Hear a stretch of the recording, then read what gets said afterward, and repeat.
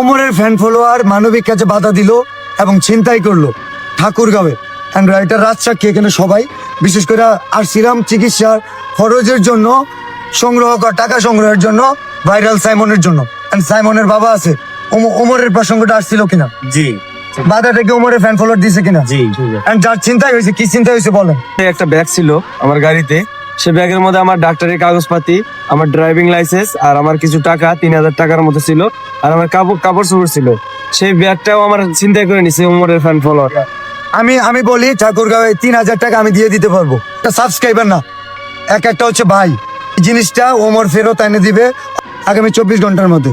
যদি না হয় এই উত্তরবঙ্গে ওমর বয়কট, উত্তরবঙ্গে আসলে এই চিন্তায়ের জিনিসগুলো গাইবান্ধা থেকে আসছেন, গাইবান্ধার একটা মানুষের জিনিস ঠাকুরগাঁওয়ের একজন চিন্তাই করে ফেলে। এটা ফ্যান ফলোয়ার হচ্ছে ওমরের, কেমন ফ্যান ফলোয়ার হয়েছে সেটার জবাব দিতে হবে আগামী 24 ঘন্টায়।